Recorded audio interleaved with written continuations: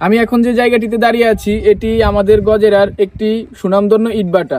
আজকে এই ইটভাটাতে কিভাবে মানুষে কাজ করে এবং ইট কিভাবে বানায় ওগুলো আপনাদের মাঝে তুলে ধরবো। শুরুটা এখান থেকেই করা হয়। বেকু দিয়ে মাটি কেটে সেই মাটি ট্রাক ভর্তি করে নিয়ে যাওয়া হয় অন্য একটি জায়গায়, আর সেই জায়গায় মাটিগুলোকে সুন্দর করে মিশ্রণ করে খামিরে পরিণত করা হয়, আর সেই খামিরগুলোকে ছোট্ট একটি গাড়িতে করে নিয়ে যাওয়া হয় অন্য একটি জায়গায়। ওখানেই করা হয় মেন কাজটা। কয়েকজন লোক খুবই দক্ষতার সহিত তারা এই খামিরগুলোকে ইটে পরিণত করে। আপনি তাদের এই কাজগুলো দেখলে খুবই অবাক হবেন, তারা কত নিখুঁত ভাবে এই কাজগুলো যে করে থাকে। তাদের হাতগুলো যেন মেশিনের থেকেও দ্রুত চলে। আর এভাবে ইটগুলোকে রেখে দেওয়া হয় কিছুদিনের জন্য, যাতে ইটগুলো ভালোভাবে শুকিয়ে যায়। ইটগুলো শুকিয়ে গেলে ইটগুলোকে আবার সারিবদ্ধ করে রেখে দেওয়া হয়। দেখুন তারা কত দক্ষতার সহিত এই কাজগুলো করে থাকে। চলুন এবার ইটভাটার যে মেইন জায়গাটি ওই জায়গাটিতে প্রবেশ করা যাক। এখন আমি চলে যাচ্ছি ইটভাটার ভিতরে, যেখানে ইটকে আগুন দিয়ে পুরানো হয়।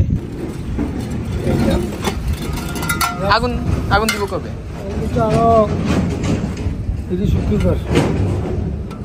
এই লেপার পরে আগুন দিব না কাকা?